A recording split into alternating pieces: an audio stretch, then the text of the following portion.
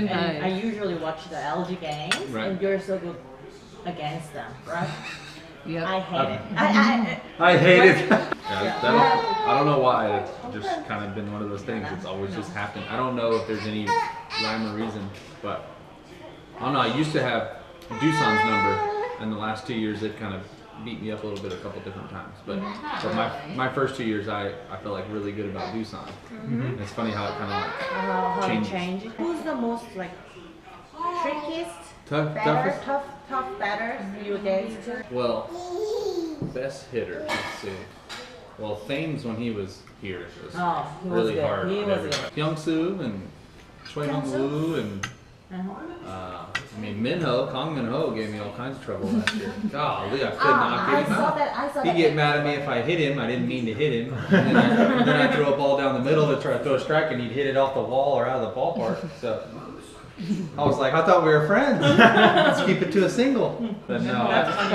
But you know how many games he's probably caught me? Min-ho's probably caught probably almost 100 games. Yeah. So there's not really a whole lot I can throw at Min-ho that he hadn't seen before. So it was always funny facing him. It's like, I'm not going to show him anything he had never seen. And he would always smile and wink and everything, but when I'd pitch inside, he'd get really mad at me.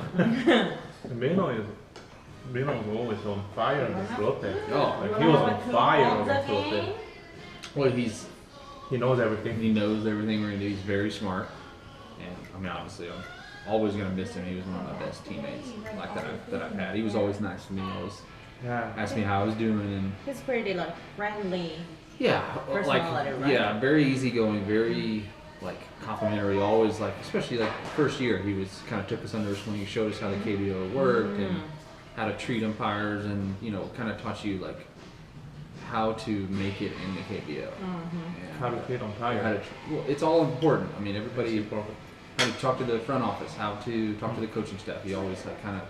Oh, he taught you that even that stuff. Yeah, he just kind of showed you. Put your name, Don't. come to me. Yeah. Like, well, he just kind of showed you like, hey, be respectful. This is how we do it here. And, Coaching. in a very like Yeah, genuine yeah, way, that's not good. like a don't like you're Yeah, not but Korean, in a like, way. but like. Yeah, I mean, I honestly Rachel and I have talked about it plenty of times. I tell people all the time, I'm very grateful for the opportunity I have because. In 2015 when I decided to go to Korea, I was playing in the Dominican Republic. I was coming off of took a bone spur out of the back of my elbow. I was probably there for 10 years. It was probably there since I was in high school. And felt a lot of relief going into winter ball, but there were still some questions going into spring training that year because I was with a new team, the Angels. I played with them for like 5 or 6 starts before I had surgery. So I just had a lot of like an uphill battle to try to be a big leaguer and do all those things. And I remember being in the Dominican, and I remember getting a call from like a Hanwha scout and saying like, "Hey, we're gonna come watch you next week or whatever." I was like Hanwha, like I never heard of them. Like, oh, they're in South Korea. I was like, okay, well, cool. So I made the next start. I went like 6 scoreless, and the Hanwha scout after the game didn't talk to me, but they had said, "Hey, there was another Korean team here called Lotte, and their manager was here, like Kongdong." Yeah. And I was like, "Oh, great, hey, they're probably gonna like offer you like, blah blah blah." So that was my last start in the Dominican. So Rachel and I went on like a 4-day vacation on the bottom of the island because we stayed on the northwest side and we went down on the southeast side and had 3 or 4 days down there. And sure enough, we went home and we get an email or whatever from our agent like, "Hey, like South Korea wants you, the KBO, you're gonna go play over there. And here's a contract, their first offer." And we started negotiations. I'll never forget it because it was such I was in Uvalde, Rachel was in Dallas, right? When you decided to go? Yeah. Rachel was in Dallas, we had Or gotten the offer. not together. It was the final offer and they gave us like a day to decide. So I was just that night, I was making a fire with my dad outside. We were gonna grill and cook and just like we just did. And I get a call from my agent and he says, things have changed. Lotte says you have an hour. So, but anyways, in that conversation, I call her.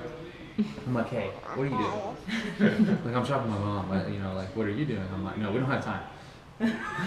We need to decide if we're going to Korea. Now. I need to know now." She's like, I can't make that decision." I was like, "You need to make that decision. You need to come to terms. Are we good to go across the world? We always said we wanted to go see the world. Like that's something I always wanted to do. And I was like, there's no better way But have you ever that I could done, play. like, go I've overseas? never- But I think our confidence had grown because we'd been to the Dominican. And the Dominican yeah. Republic yeah. is a different country. Like Yeah. doesn't speak English predominantly. So we kind of got put into that and said, we made it here. We Maybe could probably make it try there. right Now over there. this is 7 weeks. That's 9 months. But I think we can make it work. And spring training was in Arizona at that time, Oh yeah. which was normal for us because the Cubs was in Arizona as well. So just kind of one of the things I was talking to her. I was like, I feel good about this. Like, this feels right. And I'm so glad we said yes. I mean, it's one of those things that honestly I don't know if I would have signed if I didn't see Jim and Josh had signed already. Oh, right. So Because that we was- knew them I and played with felt Jim with the comfortable Cubs with them. coming through the minor leagues. So that. So I knew who he was, and I go, well, if that guy's going, he must know something we don't know because we didn't get a ton of information. No, we didn't have. We didn't know, We just like, like housing. Googled and We found Googled pictures. Busan, so we saw the Guanali Beach view. Yeah, we saw the like uh, umbrellas like, and stuff. We're like, Hyde "Hey, Park what and all that. We umbrellas saw there?" like a satellite view of that. We're like, well, it looks nice. Like, we clearly didn't stay over there. Sajik does not look like that. Sajik is not from Sajik. Australia. Solid- solid We're stadium. Like, oh my god. And we're like, man, this looks really nice. You know, The bowl bags on the shape. head. Yeah, the Yeah. bags on the head. Really So we're like, good. looks like their fans are into it. And so we're just kind of trying to piece this together, but we're not getting a ton of information. But I see Jim and Josh sign, and I'm like, Rich, I think this is something we need to go do. Did Jim knows anything about? No, you know Jim. Jim and just Ed- signed up. They He just probably literally didn't even tell signed his family. Jim goes, where is it? I'll be there.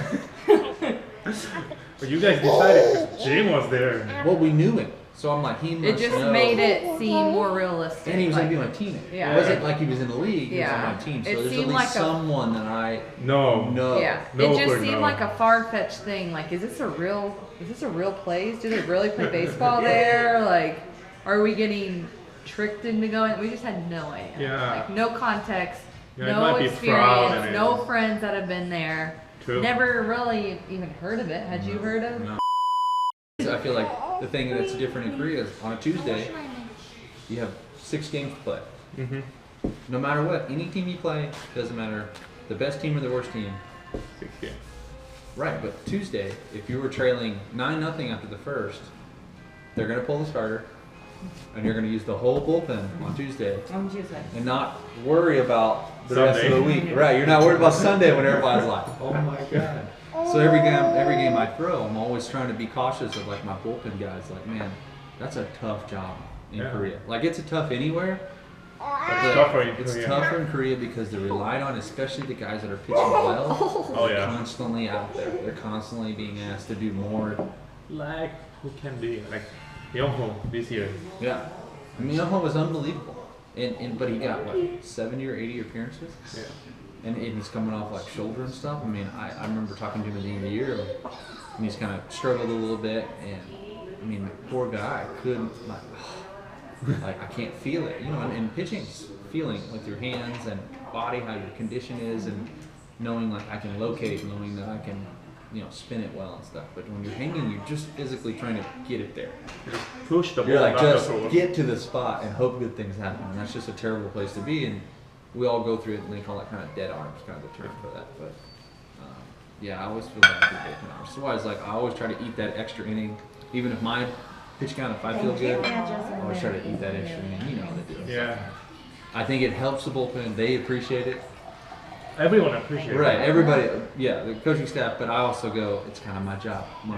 Whether it's going good or bad, I need to eat these innings for those you. guys. And I always feel terrible when I don't. I'm like, sorry